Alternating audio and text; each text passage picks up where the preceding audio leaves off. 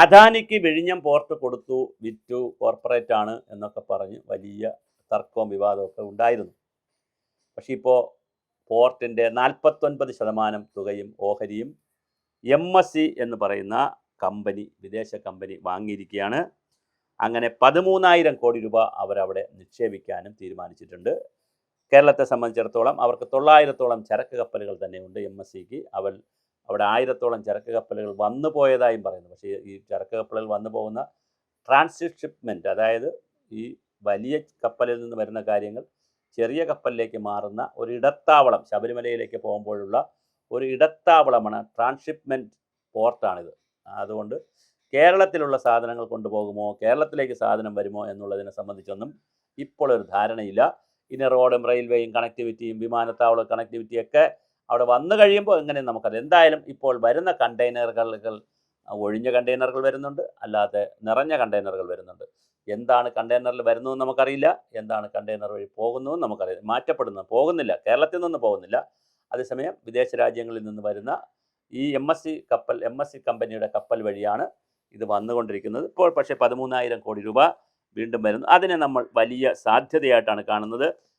വിഴിഞ്ഞം തിളങ്ങും, കുളമ്പോ പോർട്ട് മങ്ങും എന്നൊക്കെ വലിയ വാർത്തകളാണ് വന്നിരിക്കുന്നത്. അതായത് പ്രമുഖ ട്രാൻസ്ഷിപ്മെൻറ്റ് ഹബ്ബായി വിഴിഞ്ഞം മാറും, കേരളത്തിൻ്റെ പ്രാമുഖ്യവും അല്ലെങ്കിൽ കേരളത്തിൻ്റെ പ്രാധാന്യം അന്താരാഷ്ട്ര തലത്തിൽ വർദ്ധിക്കും എന്നൊക്കെ പറയുന്നു. 1970 ഇറ്റാലിയൻ വ്യവസായിയായ ഗിയാൻ ലുഗി അലോക്കിൻ്റെ സ്വിറ്റ്സർലൻഡിലെ ജനീവ ആസ്ഥാനമായി സ്ഥാപിച്ചതാണ് MSC കമ്പനി, MSC ഗ്രൂപ്പ് എന്ന് പറയുന്നത്. അതിൽ 900-ലധികം കപ്പലുകളുള്ള ലോകത്തിലെ ഏറ്റവും വലിയ കണ്ടെയ്നർ ഷിപ്പിംഗ് ഫ്ലീറ്റ് MSCക്കുണ്ട്. അപ്പോൾ ഏറ്റവും കൂടുതൽ കണ്ടെയ്നറുകൾ, ഈ ചരക്കുകൾ കൈമാറുന്ന കപ്പലുകളുള്ള സംവിധാനമാണ്. ഗ്രൂപ്പിൻ്റെ ഭാഗമായ TIAL ലോകത്തിലെ ഏറ്റവും വലിയ കണ്ടെയ്നർ ടെർമിനൽ ഓപ്പറേറ്റർമാരിൽ ഒന്നാണ്. 5 ഭൂഖണ്ഡങ്ങളിലായി 100-ലധികം കണ്ടെയ്നർ ടെർമിനലുകളും വർഷം തോറും 70 ദശലധികം TEU ചരക്ക് നീക്കവും ശേഷിയുമുള്ള വലിയ കപ്പൽ സംവിധാനമാണ് ഉള്ളത്. അത് ഒരു വശത്ത് നടക്കുന്നു. അപ്പോൾ കേരളത്തിന് ഇതിൻ്റെ നേട്ടവും കോട്ടവുമുണ്ട്. എന്താണ് നേട്ടങ്ങളെന്ന് ചോദിച്ചാൽ, ലോജിസ്റ്റിക് സംവിധാനങ്ങൾ, വെയർഹൗസിങ്, കയറ്റുമതി ഇറക്കുമതി മേഖലകളിൽ വലിയ തൊഴിലവസരങ്ങൾ വരും എന്നാണ് പ്രതീക്ഷിക്കുന്നത്. പക്ഷേ ഇപ്പോഴും 1000 കപ്പൽ വന്നു പോയിട്ട് എത്ര തൊഴിലവസരം വന്നു എന്നുള്ളതൊക്കെ ഗൗരവമായ ചർച്ചയുടെ ഒരു വിഷയമുണ്ട്. കാരണം ഇത് ട്രാൻസ്ഷിപ്മെൻറ്റ് കപ്പൽ പോർട്ടായതുകൊണ്ടാണ് അങ്ങനെ പ്രശ്നം. അതിനകത്ത് 10,000-കണക്കിന് ആളുകളുടെ ജോലിക്ക് ആവശ്യമില്ല എന്നുള്ളതാണ്. തിരുവനന്തപുരം കേന്ദ്രീകരിച്ച് വ്യവസായ ഇടനാഴികളും ലോജിസ്റ്റിക് ഹബ്ബുകളും വരും എന്നാണ് കേൾക്കുന്നത്. തുറമുഖ വികസനത്തിനും അടിബന്ധ അടിസ്ഥാന സൗകര്യത്തിനും അധികം മൂലധനം, രാജ്യാന്തര കപ്പൽ കമ്പനികളുടെ സേവനം വർദ്ധിക്കുന്നതോടെ സാമ്പത്തികമായ ഉണർവ് വിഴിഞ്ഞത്തുണ്ടാകും. ഇതൊക്കെയാണ് ഇതിനെ സംബന്ധിക്കുന്ന വളരെ ഗൗരവമായ പറയുന്നത്. അദാനി വിഴിഞ്ഞം പോർട്ട് ലിമിറ്റഡിൻ്റെ AVPLൻ്റെ 49% ഓഹരിയാണ് MSCയുടെ ടെർമിനൽ വിഭാഗമായ TIL വാങ്ങുന്നത്. തുറമുഖത്തിൻ്റെ ശേഷി നിലവിലെ 16 ലക്ഷം 20 ഫുട്ട് ഇക്വലവൻ്റ് യൂണിറ്റിൽ നിന്ന് 57 ലക്ഷം TEUവിലെത്തും. അപ്പോൾ ഇതിൻ്റെ കപ്പാസിറ്റിയൊക്കെ കൂടി ഒത്തിരി ആളുകൾ വരും. പുതിയ പങ്കാളിത്തത്തോടെ വിഴിഞ്ഞത്തെ ചരക്ക് നീക്കത്തിൻ്റെ സ്ഥിരതയും വർധനവുമെല്ലാം ഉറപ്പാക്കാൻ കഴിയുമെന്ന് അതിൻ്റെ ബന്ധപ്പെട്ട ആളുകൾ പത്രക്കുറിപ്പിൽ പറയുന്നു. ഗുജറാത്തിലെ മുന്ദ്ര, തമിഴ്നാട്ടിലെ AR എന്നിവയിലും ഈ കമ്പനികൾക്ക് നിക്ഷേപ സഹകരണമുണ്ട്. അപ്പോൾ വളരെ വലിയ കാര്യം പറയുന്നത്. പക്ഷേ അപ്പോഴും ജനങ്ങളുടെ വലിയൊരു ആശങ്ക അവിടെ നിലനിൽക്കുന്നുണ്ട്. വിഴിഞ്ഞം പദ്ധതിയുമായി ബന്ധപ്പെടുത്തിയ ചില കാര്യങ്ങൾ മനസ്സിലാക്കാൻ ശ്രമിച്ചിട്ടുള്ള ആളെന്നുള്ള നിലയിൽ, പഠനമൊന്നും നടത്തിയിട്ടില്ല, പക്ഷെ മനസ്സിലാക്കാൻ ശ്രമിച്ചിരുന്ന ആളെന്നുള്ള നിലയിൽ, അല്ലെങ്കിൽ നിരീക്ഷിക്കാൻ ശ്രമിച്ചിട്ടുള്ള ആളെന്നുള്ള നിലയിൽ 1-ാം ഘട്ടത്തിലേക്ക് അവർക്ക് അനുവാദം എടുത്തിരുന്നു. അത് 15 വർഷത്തേക്കാണ് പറഞ്ഞത്. പിന്നെ അത് 30 വർഷമായി, ഇപ്പം 45 വർഷമായി, പിന്നെ ഇപ്പോൾ അത് നീണ്ടു പോവുകയാണ് കരാർ കാലാവധി. അത് തന്നെ ഒരു അനിശ്ചിതമായി കരാർ കാലാവധി നീട്ടി കൊടുക്കുന്നതുമായി ബന്ധപ്പെടുത്തി ചില ആശങ്കകൾ ഉണ്ട്. അതുപോലെ തന്നെ ഇതിൽ നിന്നുള്ള ലാഭം എന്ന് പറയുന്നത് സർക്കാരിന് ആദ്യ കുറേ വർഷങ്ങൾക്ക് കിട്ടുകയില്ല.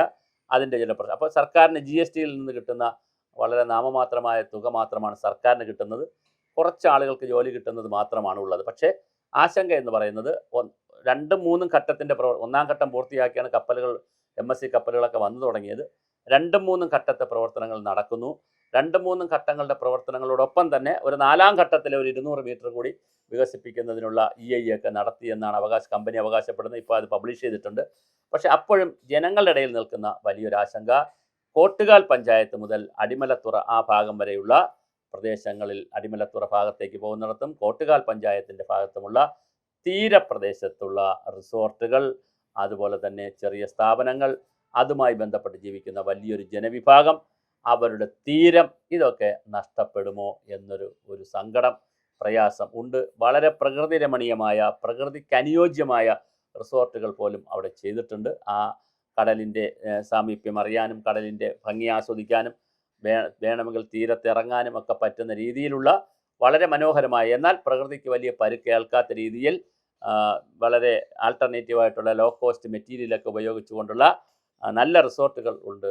കോവളത്തുണ്ട്, അല്ല ഈ കോട്ടുകാൽ പ്രദേശത്തുണ്ട്. ആ റിസോർട്ടുകൾക്കുമെല്ലാം പ്രതിസന്ധി വരുമോ എന്ന് അവർ വലിയ ആശങ്കയിലാണ്. അതിനെ ചുറ്റിപ്പറ്റി ഒരുപാട് ആളുകൾ ജോലി ചെയ്യുന്നുണ്ട്, അവർക്കും ബുദ്ധിമുട്ട് വരും എന്നുള്ള ആശങ്കയിലാണ് ജനങ്ങൾ. മാത്രമല്ല മറ്റ് അവിടുത്തെ കുടിവെള്ളമായാലും മറ്റ് സൗകര്യങ്ങളായാലും ഒക്കെ, അടിസ്ഥാന സൗകര്യങ്ങളിലൊക്കെ ഇത് പ്രശ്നം വരുമോ, അത് കരയിലോട്ട് കയറുമോ എന്നൊക്കെയുള്ള വലിയ തർക്കവും ആകാംക്ഷയിലുമാണ് ജനങ്ങളുള്ളത്. അതുപോലെ തന്നെ തീരം കംപ്ലീറ്റ് ആയിട്ട്, തീരമെന്ന് പറയുന്നത് പട്ടയമില്ലാത്ത തീരം, തീരത്തിന് പട്ടയമില്ല, പട്ടയമുള്ള ഭൂമി ഒഴിച്ചുള്ള ഏത് ഭൂമിയും സർക്കാരിൻ്റേതാണ്. അത് സർക്കാരിന് എടുത്തു കൊടുക്കും. പട്ടയമുള്ള ഭൂമി പോലും എടുത്തു കൊടുക്കാം, പക്ഷേ പട്ടയമില്ലാത്തതാണെങ്കിൽ ഈസി ആയിട്ട് കൊടുക്കാം. അപ്പോൾ എന്തായാലും പട്ടയമില്ലാത്ത പ്രദേശങ്ങളൊക്കെ ഉള്ളതും അതുപോലെ തീരവുമൊക്കെ നഷ്ടപ്പെടുമോ എന്നുള്ള വലിയ ആശങ്കയിലാണ് അവിടുത്തെ ജനങ്ങൾ. അടിമലത്തുറ വരെയുള്ള ജനങ്ങൾക്ക് ഈ ആശങ്കയുണ്ട്. അവിടെ ക്ഷേത്രങ്ങളുണ്ട്, പള്ളികളുണ്ട്, അതുപോലെ തന്നെ ആരാധനാലയങ്ങൾ പോലെ തന്നെ ഞാൻ ഈ പറഞ്ഞ റിസോർട്ടുകളുണ്ട്. ഒരു വിഭാഗം ജനങ്ങൾ സമാധാനമായി കഴിയുന്നൊരു പ്രദേശമാണ്. അപ്പോൾ ഈ വിദേശ നിക്ഷേപമൊക്കെ വരുന്നത് നല്ലതാണ്, അതൊരു വഴിക്ക് നിൽക്കുന്നു. അത് വലിയ സാധ്യതകളും കാര്യങ്ങളും നമ്മൾ ചർച്ച ചെയ്യുമ്പോൾ തന്നെ ഇപ്പുറത്ത് ഈ ആശങ്കകൾ, ജനങ്ങളുടെ ആശങ്കകൾ കൃത്യമായി അഡ്രസ്സ് ചെയ്യപ്പെടണം. അതിനുള്ള നടപടികൾ വെറുതെ ഒരു ചർച്ച നടത്തിയത് കൊണ്ടോ 4-5 ലക്ഷം രൂപ അല്ലെങ്കിൽ 5-6-7 ലക്ഷം രൂപ അവർക്കൊരു കോമ്പൻസേഷൻ, വൺ ടൈം കോമ്പൻസേഷൻ മാത്രം കൊടുത്തുകൊണ്ട് തീർക്കേണ്ട ഒരു വിഷയമല്ല. കാരണം തലമുറ ജോലി ചെയ്ത് ജീവിക്കുന്ന ഒരു യുണീക്കായിട്ടുള്ള, തനതായിട്ടുള്ള ഒരു ആവാസ വ്യവസ്ഥയിലെ ഒരു ജനതയാണ്. അവരെ എത്ര കണ്ട് പറിച്ചു നടാൻ പറ്റും? എല്ലാവർക്കും സർക്കാർ ജോലി കൊടുക്കാൻ പറ്റില്ല. അങ്ങനെയാണെങ്കിൽ അവരുടെ മക്കളും തലമുറ വരും. അങ്ങനെ എല്ലാവരെയും അവിടെ തീരത്തെന്ന് പറഞ്ഞു വിട്ടാൽ പിന്നെ മീൻപിടുത്തവും മറ്റു കാര്യങ്ങളും വള്ളത്തിൽ പോക്കും മറ്റ് ഒരുപാട് കാര്യങ്ങളുണ്ടല്ലോ, അതൊക്കെ പിന്നെ ആര് ചെയ്യും? അങ്ങനെ ഒരുപാട് വളരെ സാമൂഹ്യമായി, രാഷ്ട്രീയമായി, സാംസ്കാരികമായി, സാമ്പത്തികമായി വലിയ മാനങ്ങളുള്ള ഒരു കാര്യമാണ് വിഴിഞ്ഞത്തെ സംബന്ധിച്ചുള്ള ആശങ്കകൾ. അതുകൂടി ചർച്ച ചെയ്യപ്പെടണം, അത് പരിഹരിക്കപ്പെടണം. അവിടെ ഈ ജനാവകാശ സംരക്ഷണ സമിതി എന്നും അതുപോലെ പള്ളി സംഘടനകളുടെയും അവിടുത്തെ മറ്റ് പല സംഘടനകളുടെയും നേതൃത്വത്തിലും വ്യക്തികളുമൊക്കെ ഇത് സംബന്ധിച്ച് വലിയ ആശങ്കയിലാണ്. അതിൻ്റെ ചർച്ചകളും പഠനങ്ങളുമൊക്കെ അവിടെ നടക്കുന്നുണ്ട്. പക്ഷേ എന്തായാലും ഒരു കാര്യം ഉറപ്പാണ്, ഒരു വശത്ത് അദാനി എന്ന് പറയുന്നത് ഇനിയിപ്പോൾ അദാനി എന്ന് മാത്രം പറയാൻ കഴിയില്ല. 49% വേറെ ഏജൻസി കൂടെ വാങ്ങിച്ചു കഴിഞ്ഞു, വേറെ സ്ഥാപനം കൂടി. അപ്പോൾ അതുകൊണ്ട് ഇനി അത് കൂടുമോ? അദാനിക്ക് ഇപ്പോൾ 51% അദാനിയിൽ നിൽക്കുന്നു. ഇനി തിരിക്കുമോ? ആ കമ്പനി, വരുന്ന കമ്പനി ഇത് മൊത്തമായി ഏറ്റെടുക്കുമോ? ഇതൊന്നും നമുക്കറിയില്ല. എന്തായാലും വളരെ രസകരമായിട്ടാണ് കാര്യങ്ങൾ നീങ്ങുന്നത്. അതിനകത്തുള്ള ആശങ്കയുടെ പാർട്ടാണ് എനിക്കൊരു കൺസേൺ ഉള്ളത്. അപ്പോൾ അത് തീർച്ചയായിട്ടും വികസന പ്രവർത്തനങ്ങൾ നടക്കട്ടെ, അല്ലാതെ നമ്മളതിനകത്ത് മറ്റൊരു അഭിപ്രായവും നമുക്കില്ല. പക്ഷേ ഈ വികസനം നടക്കുമ്പോൾ ഒരു ജനതയെ വാനിഷ് ചെയ്തുകൊണ്ട്, വാഷ് ഔട്ട് ചെയ്തുകൊണ്ടുള്ളതാകരുത് എന്നുള്ള വലിയൊരു കൺസേൺ നമുക്കുണ്ട്. ആ കൺസേൺ കൂടി ഗവൺമെൻറ് അഡ്രസ്സ് ചെയ്യുമെന്ന് തന്നെ നമുക്ക്